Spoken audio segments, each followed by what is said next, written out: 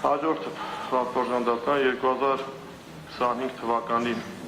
հունիսի 25-ին Մովսես Ռուբենի Շարբաթյանի նկատմամբ հսկող դատախազի որոշմամբ հանրային քրեական հետապնդում է հարուցվել այն բանի համար,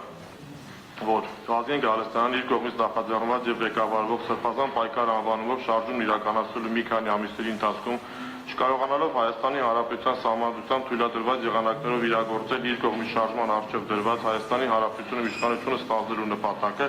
2024 թվականի նոյեմբեր ամսից սկսած նպատակադրվել է այն իրագործել ՀՀ Սահմանադրությամբ չթույլատրված եղանակով եւ այդ նպատակի իրականացման համար շարժման մի շարք մասնակիցների Մովսես Շարբաթյանի, Հայկ Շահնազարյանի, Տիգրան Թոփալյանի, Լիդիա Մանտաշյանի, Հրայր Հակոբյանի, Կարո Օկումուշյանի, Արտուր Սարգսյանի, Իգոր Սարգսյանի, Արա Ռոստոմյանի, Արսեն Ղազարյանի, Արման Իսրայելյանի, Աղվան Արշակյանի, Արմեն Ալեքսանյանի, Միրան Մավթուջյանի, Դավիթ Գալստյանի եւ այլ անձանց հետ նախնական համաձայնությամբ խմբի կազմում ձեռք են բերել աբեկցություն կատարելու եւ իշխանությունը զավթելու համար անհրաժեշտ միջոցներ եւ գործիքներ, ինչպես նաեւ դիտավորությամբ ստեղծել են այլ պայմաններ, այդ կերպ կատարելով իշխանությունը յուրացնելու նախապատրաստություն։ Հայաստանի Հանրապետությունում իշխանությունը զավթելու իրենց հանցավոր նպատակն իրագործելու նպատակով Վազգեն Գալստյան եւ հանցավոր խմբի մյուս անդամները, այդ թվում Մովսես Շարբաթյանը, պլանավորել են կատարել ահաբեկցություն, այն է քաղաքացիական անձանց կյանքից զրկելու, առողջության ծանր կամ միջին ծանրության վնաս պատճառելու, խոշոր չափերի գույքային վնաս պատճառելու եւ այլ ծանր հետևանքներ առաջացնելու վտանգով զուգորդված հանրավտանգ արարքներ, այդ կերպ նպատակ հետապնդելով ահաբեկել բնակության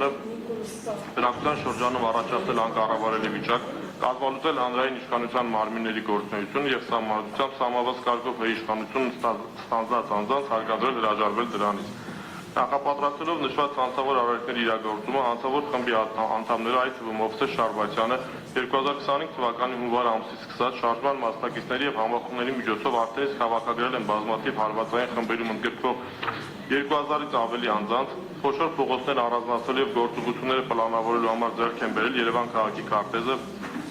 շարքից հանելու նպատակով ձեռք են բերել լուսացույցների, էլեկտրաէներգիայի եւ համացանցի սնուցման լարերի